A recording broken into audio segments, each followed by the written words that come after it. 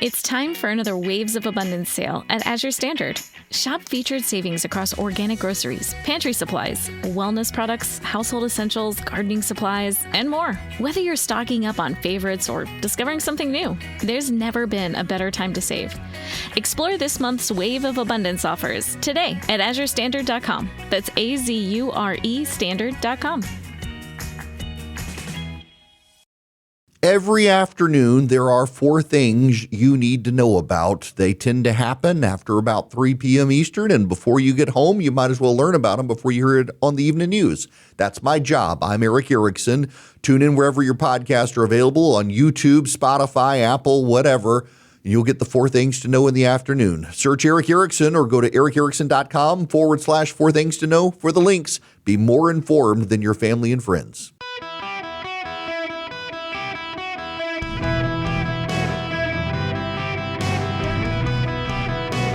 Welcome to the Erick Erickson Show podcast, Hour 3. My fellow Americans across the fruited plain, it is Erick Erickson here. Welcome. The phone number 877-973-7425. Should you wish to be on the program, would be happy to have you. We got to talk about crime. And I want to begin with a clip from James Talarico in Texas with some of his backstory that I didn't actually know. Listen to this from Talarico. I think it's important. I learned what violence was at a very early age. My father was a high school dropout who had a drinking problem, and he oftentimes would become abusive. He actually spent time in jail himself. And when I was young, I hated my father for hurting me and my mother. I was glad he went to jail. But as I got older, I realized that the system never actually helped my father get better. Instead of ending his violence by treating his alcoholism, addressing his mental health issues, or giving him a high school diploma, they threw him in a cage, which only made things worse. I learned that violence is a problem that cages will never solve. When I say violence, I mean hurting oneself or others physically, verbally, psychologically, spiritually. We all recognize domestic abuse as violence, but we don't always recognize the ways in which our systems hurt people every day. Poverty is violence. Pollution is violence. And yes, prison is violence. You got that? James Talarico in 2022 argued that poverty is violence, pollution is violence, and prison is violence. What a way to redefine violence. Words in postmodern America mean whatever you want them to mean. You know what's actually violent is rape. Rape is violence. A man has been arrested for attempting to rape a woman in Savannah, Georgia. He's been arrested 22 times since the year 2020. He was arrested 8 times this year alone and was released from jail 17 days prior to attempting to rape the woman. Claire Williams is the judge in Savannah, Georgia, who has kept releasing LaGuardia. Let me read you this from WJCL 22, ABC affiliate there in Savannah, Georgia. The woman is homeless. She was using the shower at a woman's pool restroom and believed she was safe because it was around noon. She told WJCL TV there was somebody in the shower. Of course, the curtains closed. I couldn't tell it was a man. The door opens. I'm pushed back into the bathroom stall where I'm sexually assaulted. Police have charged 30-year-old LaGuardia with attempted rape, aggravated sexual battery, and false imprisonment after they say he attacked her inside the public restroom. The victim says she screamed for minutes before pool staff and an off-duty police officer came to help. I'm very lucky. I want to raise awareness, she said. Police said the off-duty officer was working with the Catholic school across the street that hires police officers to watch the kids during recess. The officer saw the man running naked toward the playground and stopped him before he got too close to the kids. Antonio Dixon Branch, a local resident, said the incident raises concerns about safety and resources in the area. Court records show Doyle had been arrested 27 times. This is his 8th arrest this year. A June 4th, 2026 police report said witnesses recognized him outside the Helmsman, a downtown apartment complex geared towards SCAD students, Savannah College of Art and Design students. Witnesses and security told police he was screaming at women and touching himself, leading to public indecency and criminal trespass arrests. His most recent arrest, aside from the attempted sexual assault, was on July 20th for criminal trespass. How many times it's going to take before we protect our community? Because Daffin Park is everybody's park, says Nick Palumbo, Savannah District 4 Alderman. It's time for the criminal justice system to do their thing. It could have been a lot worse. I did use my hands to help. I'm very lucky he didn't do worse, the victim said. I don't want to go there with what she's describing, but the judge keeps letting him out. By the way, this judge has been judged for 34 years. Not a recent progressive judge, just an old white woman who's a liberal who believes that putting people in jail is bad. Prisons are violence, James Talarico says, and this judge apparently believes as well. You know what's violent is actually trying to rape a woman in a public restroom. That's actual violence. James Talarico in Texas says prisons are violent, pollution is violence, poverty is violent. Actual violent people, we're making excuses for them to keep them from going to jail for being violent. I gotta tell you, I reject the idea that prisons are for reformation. We have made a mistake, and I remember I hated philosophy classes in college. I took one. And I remember my argument in class, and ironically, the professor was an old guy who was a big lib, but he actually agreed with me on this, that prisons are not there for rehabilitation. Prisons are for punishment. And the idea that we need to send someone to prison and rehabilitate them, no, we need to send them to prison to punish them. James Talarico says tragically his father was an alcoholic, a high school graduate who was abusive and went to jail. And he thinks if just somebody could have saved his, he's got daddy issues. And I don't mean that to sound disrespectful, but if somebody could have saved his daddy from himself, if somebody could have rehabilitated his daddy, he wants the state to rehabilitate. The state's not good at very much, and it's not good at keeping us safe anymore. And James Talarico's worldview, given his daddy issues, is now that prison is violence, pollution is violence, poverty is violence, that no, there are violent people, but a situation is not violence. There are violent situations. When someone is throwing punches in your face, that is a violent person in a violent situation. When you live in squalor, that is not violence. You may not like it, but it is not violence. The word you use is not what you mean. James Talarico, though, wants to solve homelessness by giving people houses. We call it unhousedness now. They are unhoused. Give them a house, you solve the homelessness. But the homelessness is a byproduct of the problem, and the problem is mental health and drug addiction. We don't have a homelessness problem in the United States. We have a feral drug use and mental health problem in the United States.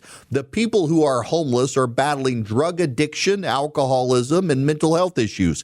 If you treated them for those problems, we wouldn't have a homeless problem. But you won't allow, the left will not allow people to be rounded up and put into institutions to be rehabilitated against their will because, prisons are violence.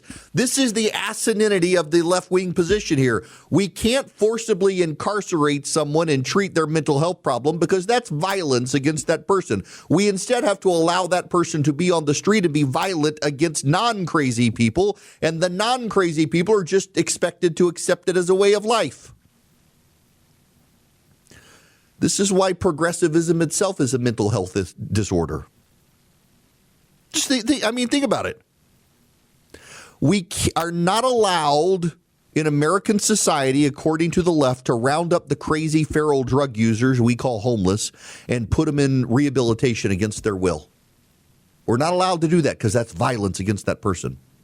But you and I are expected as a way of life to be accosted by that feral drug user on a daily basis when we walk down our streets. And that's fine. That's not violence, according to the left. The violence against the law-abiding citizens is not violence. The violence is against the lawbreakers. There is, again, an opportunity here, I think, for Republicans to start making the case that the left not only perpetuates cycles and systems of violence, but they make cities ungovernable. Now, in many cities, you're not going to win on that argument because the left has taken over the cities and they believe that prisons are violence. But for the rest of us, there are some communities. Miami's had a Republican mayor. Jacksonville, Florida's massive city, had a Republican mayor. You've had Republican mayors in large cities in Texas that haven't been completely overrun by the wokes.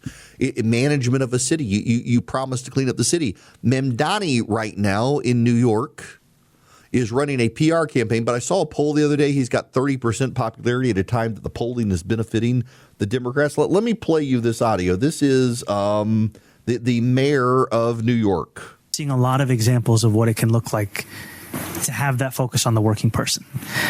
People who understand that affordability isn't just something you say, it's something you have to deliver. And that in doing this, we're not running away from the Democratic Party. We're going back to what the party used to be. You think about FDR and LaGuardia. You think about the New Deal. That's what the Democratic Party once was. That's what it could be again. And if we want to win, I think that's what we have to become. But it's the working class that keeps rejecting these clowns because the working class understands that what they're doing is they're raising costs. They're raising prices. In New York now, it's more valuable to have an empty apartment than a filled apartment because the filled apartment requires so much in terms of regulation and compliance with laws that it's worth it for people who own the apartments to just keep them vacant. It's actually kind of crazy to watch how the left is ruining things and driving up costs for people. I'm just completely amazed. And now they want to say that prisons are violent. By the way, is that woke 1.0? Because that was so they'll now say that they reject that idea but still believe it. They'll still want to get people out. They'll still want to tear down the jails. They just say, oh, we don't believe that anymore. The far left doesn't have the solutions. They're making our lives less safe as a people. And Republicans, I think, need to capitalize on this. The president is not doing well in the polling right now. This is not meant to bash the president. But you do need to recognize the reality here.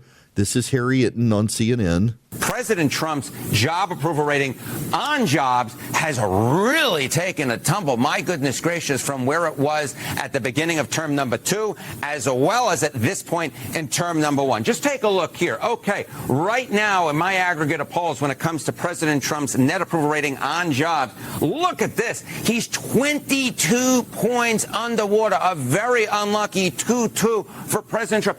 Get this, that is a 31-point decline from where he was at the beginning of term number 2. And more than that, look at where he was at this point in term numero uno. He was 10 points above water. That is, his approval rating was 10 points greater than his disapproval rating. So right now, President Trump, when it comes to jobs, is very much, well, dare I say, in the red as the font color is right here on this screen. And the big question is why? Why is President Trump's job approval rating on jobs underwater in the deep Red Sea in this particular case? Well, simply put, Americans just don't think that we're on the right track when it comes to jobs. That's true. He's underwater overall. He's underwater on job creation, but he's still more popular than the Democrats and the Democratic Socialists. That blows the minds of some Democrats. And when you have progressive judges who keep letting criminals out of jail who do harm to people, sane Americans, and the majority of us are still saying, recognize that prisons aren't violent. Violent people should be put in prison. Sane people don't want the Democratic Socialists in charge.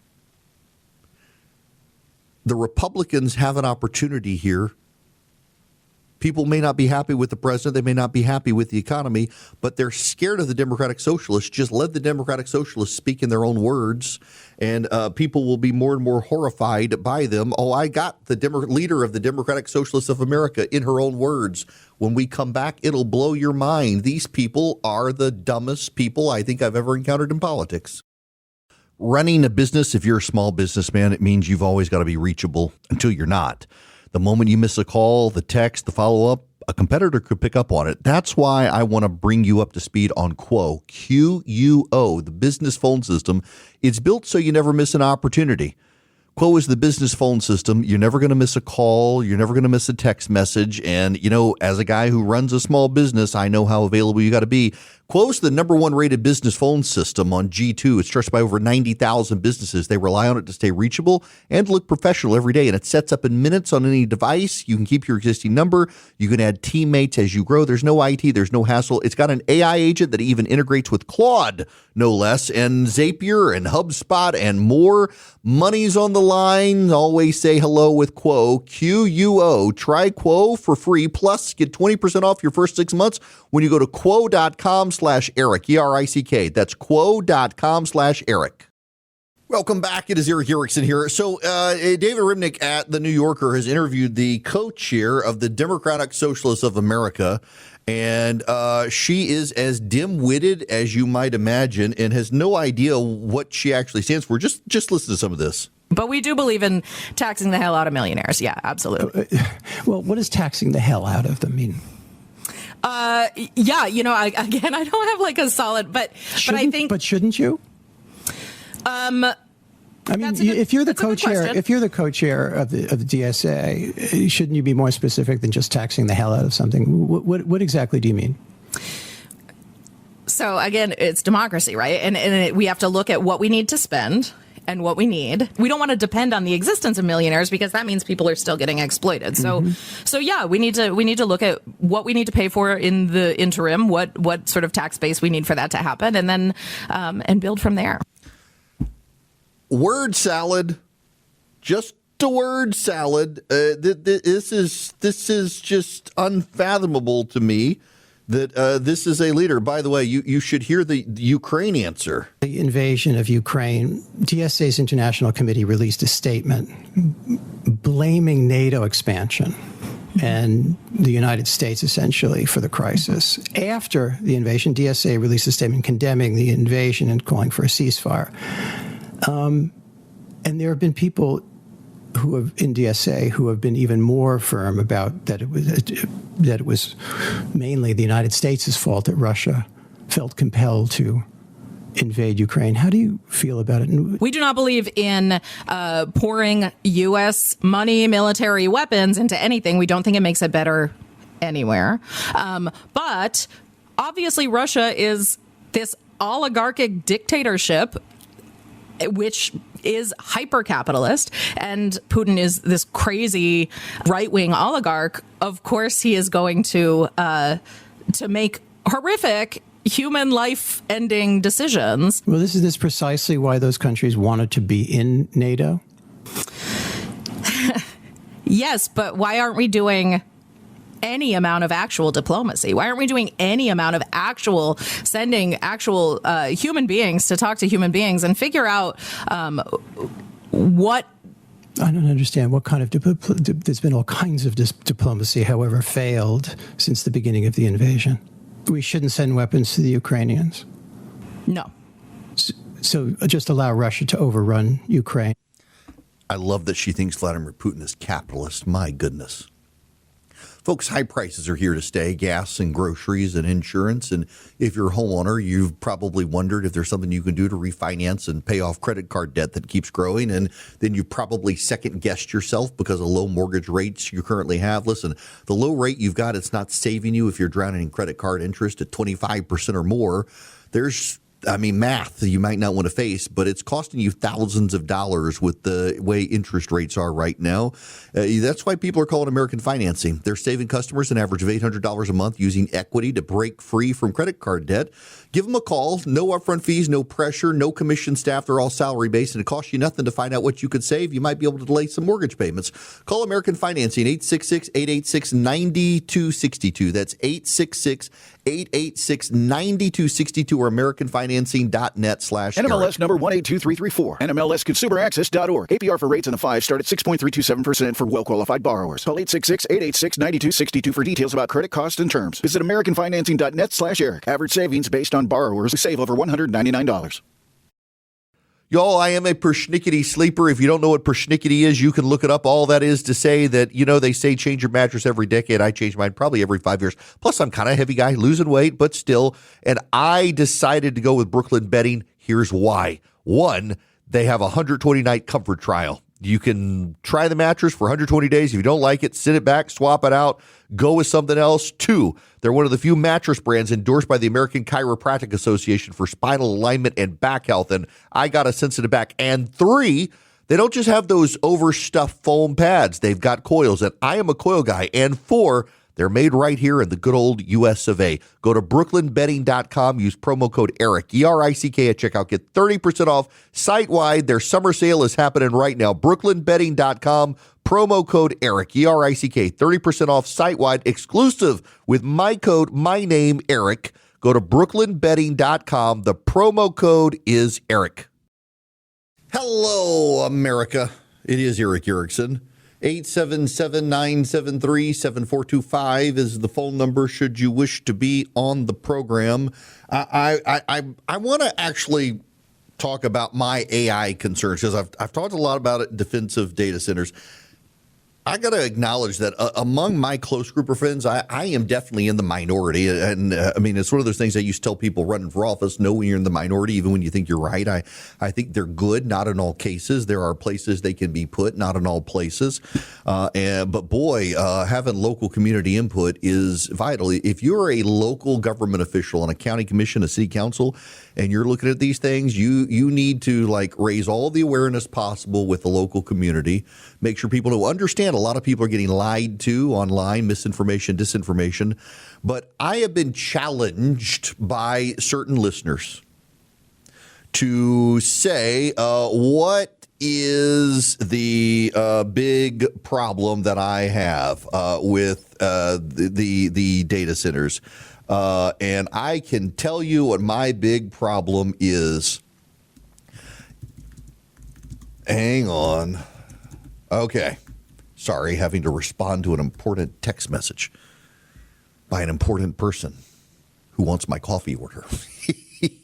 I have real concerns about AI. I'm supportive of the data centers. And again, there are good locations and bad locations. There are right ways to do it. There are wrong ways to do it. But we need them. We already use them. We need to stay ahead of China on this. China is someone called me out the other day and said, you say China is a nation in decline, and yet we got to. Yes, China is a nation in decline. We can't allow them to get ahead of us on data centers where they might be able to rebound. The country is collapsing. Their population is collapsing. Their economy is collapsing. You allow them the high-tech AI out there, and you suddenly give them a leg up on their situation that they don't need. We should hand them an anchor, not an AI data center. Concurrent to all that, though, here is my big concern about data centers and AI. We lose imagination. We lose imagination. The problem with AI, you can kind of tell it. There's a guy on Twitter who he writes these explainers, and it shows up in my feed all the time. I don't follow the guy, but Elon Musk has screwed up Twitter to a degree. It now defaults to the For You tab instead of defaulting to the Following tab. The Following tab is no longer chronological. It's just it annoys me to no end that a guy who is clearly a very smart guy continues to just screw up Twitter, a site that so many people have for so long used. He certainly protected Twitter. He protected it from the wokes, but he's also done a lot of not good stuff. And one of those people who keeps getting elevated is a guy who continually writes about issues around the world, explainer pieces, and you can tell just by reading the piece that he's using AI to generate the piece. And ironically, you click through to his name, and it tells you that he's an AI innovator. And ironically, as I'm talking about this now, I can't remember the guy's name, and I'm trying to go through to give you an example, and I can't find the guy. Something, his first name starts with an A, last name starts with a G. I can't think of what it is now. But you find these explainer pieces he writes about stuff, and you can very clearly tell there's a rhythm and a rhyme to AI. And that's the problem with AI, is it is duplicative, it's iterative, it's not imaginative, and it's not something new. You can't get new things. All AI can do is look at old stuff and repackage it. I got very frustrated with my morning piece. I want to give you my experience now. I have a program called Grammarly because I do all of my own writing, and I am a terrible proofreader. And I use Grammarly, and Grammarly drives me insane because half the time its suggestions are worse than what I've already written. It wants commas and hyphens everywhere. And so I've started using Claude. I read earlier a portion of my morning piece on while populism is an emotion, it's not a grounding for public policy. And I wrote my morning piece yesterday because I knew what I wanted to write. And I wrote it and I put it into Claude. Claude is the best of the AI systems out there right now. It may not always be, but it's very good. And I put it into Claude. And Claude first corrected my grammar and typos way better than Grammarly did. And it said to me, in the past, you have mentioned these issues. It would bolster your argument if you incorporated them into your piece. Two of them were, it reminded me I had done a monologue last year on J.D. Vance's quote about we don't want cheap toasters, we want high-paying jobs, and if that means toasters become more expensive, so be it. And the other was the president's comment about kids don't need $30, they might get $2, or they might be a little more expensive. And Claude was like, if you're writing about people being concerned about the $20 burrito, it's worth noting that the same people concerned about the $20 burrito were cheering on the more expensive toaster for the better paying job and don't buy as many dolls. You should incorporate those pieces. It didn't write any of it. It suggested to me that I should, and I appreciate it. It's like, those are really good ideas. It proofread what I wrote. It challenged me on some of my points and said I was making a weak argument. One of the times it said I was making a bad faith argument, and I revised it, and my piece became better by being challenged by the AI algorithm. But what did the AI algorithm do? All it had was the stuff that I've written and said in the past. There are people like, for example, Elon Musk has argued that he is going to get Grok to produce a Odyssey-based movie because Odyssey is woke. If you've seen Odyssey, it's not woke, and if you think it's woke, your brain is broken by politics. I don't care if you like the movie or not, but there were a lot of lies about it, and I got to tell you, I've now seen it 3 times, 2 times at the theater, and I liked it the second time in the theater better. The third total time, the movie has improved to me. By the way, when the Cyclops screams, we saw it in real IMAX, 70-millimeter film, and my loud noise alert went off on my Apple Watch, and it was loud, over 90 decibels the scream was. The problem with Elon Musk doing an AI version of the Odyssey is it can't create something new. Now, the Odyssey is a multi-thousand-year-old story, so you're not really creating something new, but the way it's going to tell the story is going to look iterative. Everything about AI looks iterative. Nothing looks new. And the people who have started outsourcing their thinking to AI are now no longer thinking for themselves. They're allowing it to do it. Look at the rise of the pro-China sentiment or the pro-Palestinian sentiment in the United States. So much of that sentiment is actually about what the algorithm is feeding them. And the algorithm is the big problem with AI. The algorithm is indoctrinating people. It's making people dumber. There was a story, I mentioned this story earlier, that some guy who's a bartender and bouncer at a place says that Gen Alpha doesn't know how to dress. Gen Z doesn't know how to dress. It's like they've never worn clothes before. They don't know how to wear them. One of the other issues out there now is because of the algorithm that everybody thinks something new and shiny, and it's the algorithm, and it's not new and shiny. They're all going to the same vacation spot. They all want the same look. They all take the same photo on the same steps of the same island in Italy. They all wear the same clothes. They all think the same things. They all look for the same sort of stuff, and it's all because of the algorithm. They are fed the algorithm, and the algorithm controls their thinking, and that's the problem with AI. We are creating automatons. You know, if you step back, one of my overarching criticisms of Common Core was that Common Core was taking critical thinking out of education and teaching kids to be good worker bees for the Fortune 500. You were essentially sapping kids of the entrepreneurial spirit. The way Common Core math works, you could no longer depend on your parents. You had to depend on the state. The way Common Core reading works, you were incentivized to read as many things, not complex things, but read as many things as you could to get an award, not to read the complex, challenging thing. Common Core is not good. It sapped kids of innovation and how they thought. It instead trained them to think for the Fortune 500. It wanted to build automatons for the Fortune 500 through the educational system in a way that deprived the Fortune 500 of real competition from within.